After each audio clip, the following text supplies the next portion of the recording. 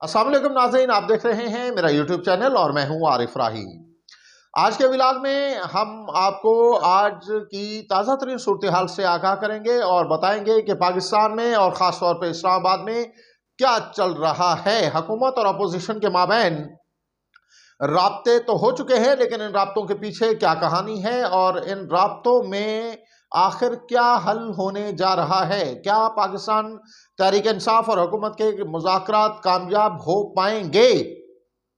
ये एक बहुत बड़ा सवालिया निशान है। और उसी के साथ आज के इस व्लॉग में बहुत ही अहम गुफ्तगू जो कि साबिक सदर पाकिस्तान आरिफ अलवी साहब ने की है, उस पर भी आज हम आपको आगाह करेंगे कि आखिर क्या सूरत हाल है और क्या गुफ्तगू जो है वो हुई है। क्योंकि पाकिस्तानी सियासत जो है उसका रुख कहाँ को है और ये जो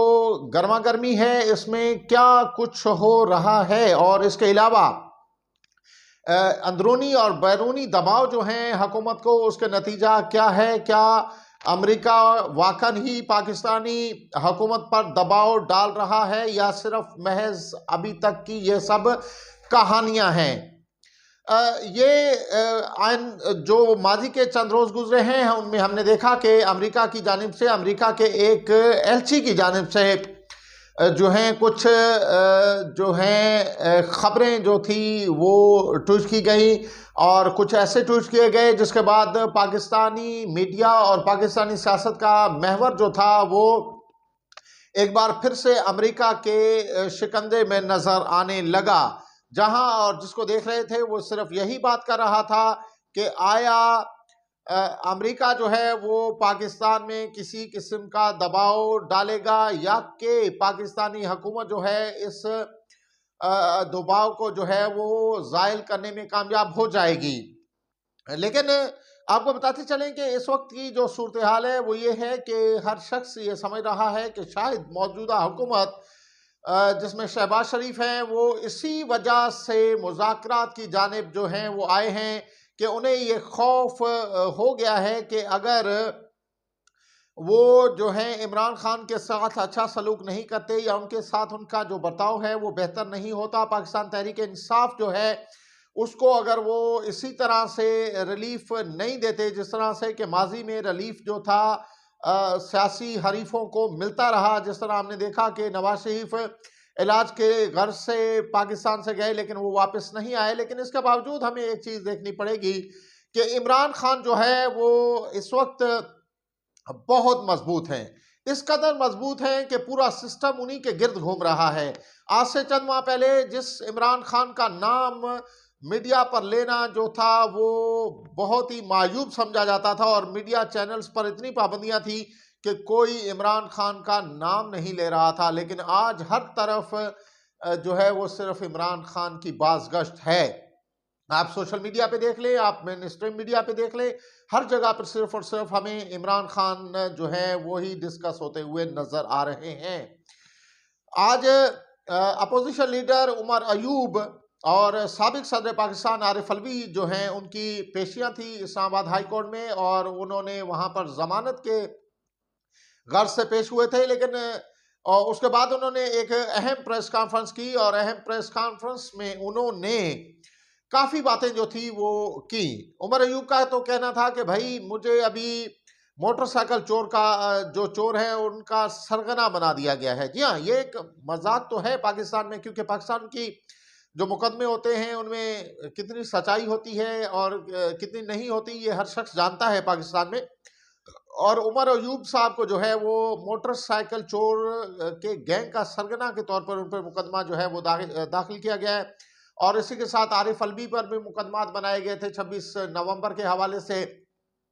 आरिफ अलवी का उस मौके पर कहना था कि 90% जो सियासत है उसका मरकज सिर्फ और सिर्फ इमरान खान है। अगर हुकूमत एक कैदी के पास चल के जा रही है और उसकी बात को सुनने को तैयार है और मुज़ाकराती कमेटियां जो हैं वो तश्कील दी जा रही हैं तो इसमें कोई मज़ायका नहीं है, लेकिन इस चीज़ को मानना पड़ेगा कि इस वक्त सियासत का मरकज़ जो है वो इमरान खान है।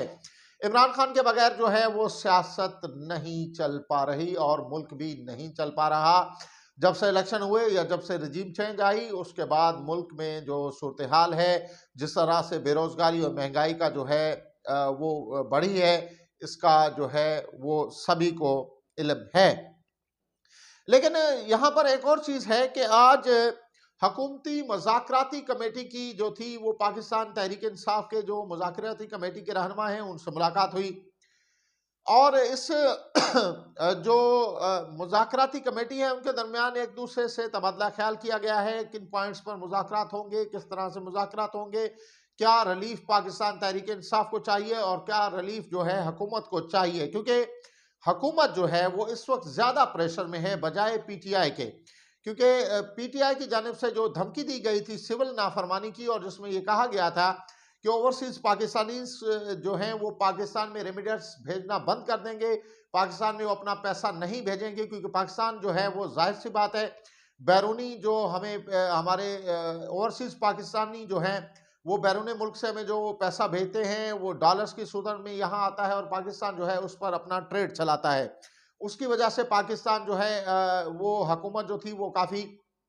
प्रेशर में आई। लेकिन उसी के साथ ये भी कहा जाता है कि पाकिस्तान के ताकतवर हल्के भी परेशानी से दो चार हैं।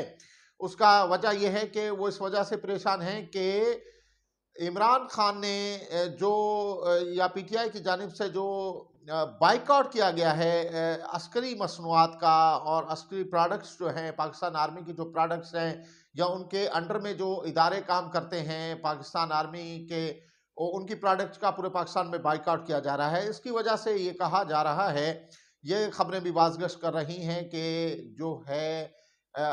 हमारे ताकतवर हल्के जो हैं वो भी काफ़ी परेशान हैं। उसी के अलावा आज इमरान खान की जो है 190 मिलियन पाउंड केस में फैसला सुनाया जाना था और इसका वाज़ेह इम्कान था कि आज ही ये फैसला सुनाया जाएगा, क्योंकि